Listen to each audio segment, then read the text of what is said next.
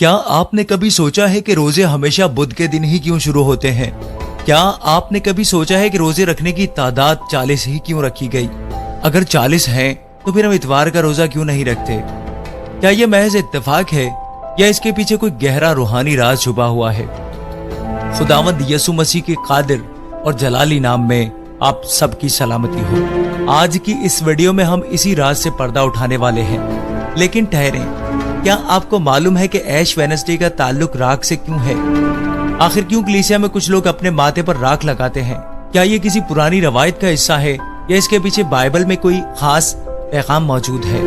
ये सब जानने के लिए इस वीडियो को आखिर तक जरूर देखिए, क्योंकि जैसे जैसे आप आगे बढ़ते जाएंगे आपके जहन में पैदा होने वाले हर सवाल का जवाब आपको मिलता जाएगा। चलिए सबसे पहले हम ये जानने की कोशिश करते हैं कि रोजे हमेशा बुध के दिन से ही क्यों शुरू होते हैं। इसके लिए हमें तारीख के पन्नों में झांकना पड़ेगा, खास तौर पर 325 ईस्वी में होने वाली निकिया की काउंसिल में। अब ये निकिया की काउंसिल क्या है? ये एक आम मीटिंग नहीं थी, बल्कि ये एक मसीही तारीख का वो संगे मील था जिसने कई बुनियादी फैसले किए, जिनमें से एक फैसला रोजों का भी था। लेकिन सवाल ये पैदा होता है कि रोजे रखने की तादाद 40 ही क्यों मुकर्रर की गई? न 30 न 50 बल्कि बिल्कुल 40। क्या आप जानते हैं कि इसका सीधा सीधा ताल्लुक खुदावंद यसु मसीह के 40 दिन के रोजे से है?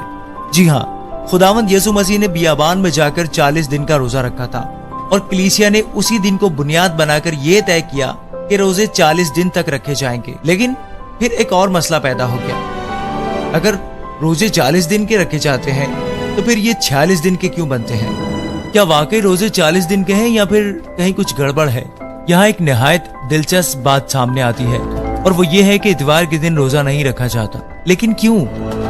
क्योंकि इतवार का दिन हमारे खुदावंद यसु मसीह के जी उठने की खुशी मनाने का दिन है और रोजा एक गम, तौबा और मातम का इजहार होता है। इसलिए अगर आप ईस्टर से 40 रोजे पीछे हटकर गिनती शुरू करें और इन 6 इतवारों को निकाल दें तो जो दिन बचता है वो बुध का दिन ही होता है। तो क्या ये महज एक इत्तेफाक है? नहीं, बल्कि ये एक खास तरतीब के तहत रखा गया निजाम है जो आज भी कायम है। अब एक और सवाल, रात का रोजों से क्या ताल्लुक है? क्या आप जानते हैं कि कलीसिया में बाज़ जगहों पर ऐश वेडनेसडे के दिन राख को माथे पर लगाया जाता है? लेकिन ये रस्म क्यों? देखिए, ये रस्म ऐसे ही नहीं बन गई।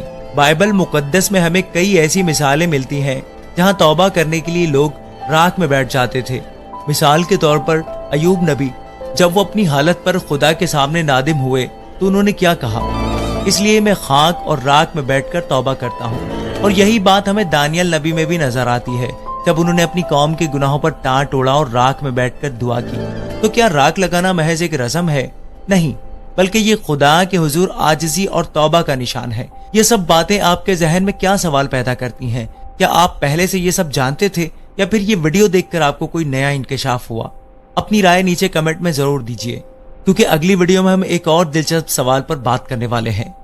क्या बाइबल में रोजे रखने का कोई खास तरीका बताया गया है?